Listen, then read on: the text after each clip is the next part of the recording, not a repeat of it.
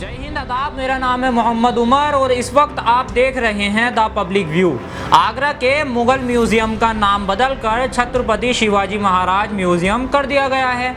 जब योगी आदित्यनाथ से ये सवाल पूछा गया कि जनाब ऐसा क्यों किया, तो उन्होंने कहा कि हम जो है गुलामी की निशानी को जिंदा नहीं रखना चाहते। मतलब बकौल योगी आदित्यनाथ मुगलों की निशानियां और मुगलों का नाम को इतिहास से हमेशा के लिए मिटा देना चाहिए। ये अलग बात है कि मुगलों के हिंदुओं से बहुत अच्छे संबंध रहे, यहाँ तक के राजपूताना में तो बेटी और रोटी का रिश्ता रहा। अब थोड़ा आगे बात करते हैं। जब लाल किले को लीज पर दिया गया तब ये कहा गया कि ये गुलामी की निशानी है, हम इसका भरण पोषण क्यों करें। ये बात अलग है कि लाल किले से जो कमाई होती है वो वहाँ पर होने वाले खर्चे से काफ़ी ज़्यादा है। यही हाल शायद ताजमहल का है। अब ताजमहल अगर गुलामी की निशानी है तो फिर उसको बंद कर देना चाहिए, कम से कम उसकी हराम की कमाई तो नहीं खानी चाहिए। अगर कमाई हराम की है तो जब गुलामी की निशानी है और उसकी कमाई भी गवर्नमेंट खा रही है, ये बात कुछ अच्छी नहीं है, जम नहीं रही है। खैर आगे चलते हैं। दी अशोक होटल नाम तो सुना ही होगा, 5 स्टार होटल। इतिहास के झरोकों से आज हम बताएंगे कि इस होटल पर भी क्या बादल खतरे के मंडराने लगे हैं। पूर्व प्रधानमंत्री जनाब जवाहरलाल नेहरू को समझने के लिए कुछ लोगों की पूरी उम्र भी गुजर जाएगी, तब भी वो शायद नहीं समझ पाएंगे। आज़ादी के कुल 8 साल और कुल 3 साल का गणराज्य भारत, कल्पना कीजिए तो 1955 में यूनेस्को का 8वां शिखर सम्मेलन था। पंडित नेहरू को सुनने के लिए पेरिस में बड़ी गहमा गहमी थी। पंडित नेहरू एक भारत के ही नेता नहीं थे बल्कि विश्व के एक बड़े लीडरों में शुमार होते थे।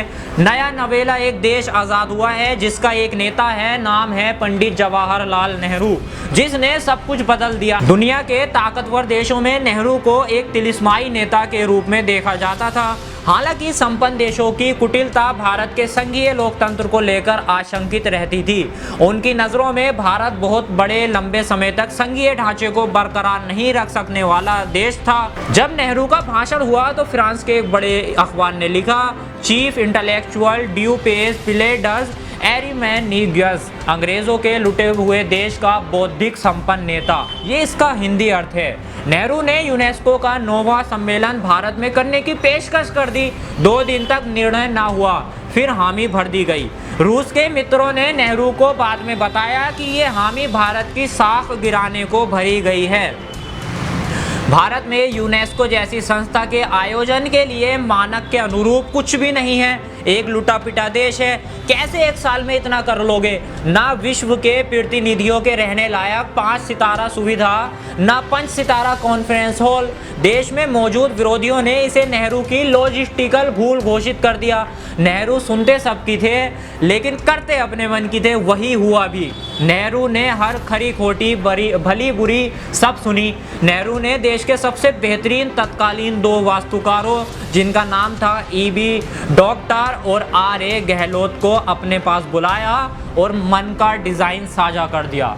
वास्तुकारों ने कहा, आपके डिज़ाइन को साकार करने के लिए कम से कम 20 एकड़ ज़मीन और कम से कम 2.5 करोड़ रुपए की दरकार है, जो वर्तमान हालत में दूर की कोड़ी नज़र आते हैं।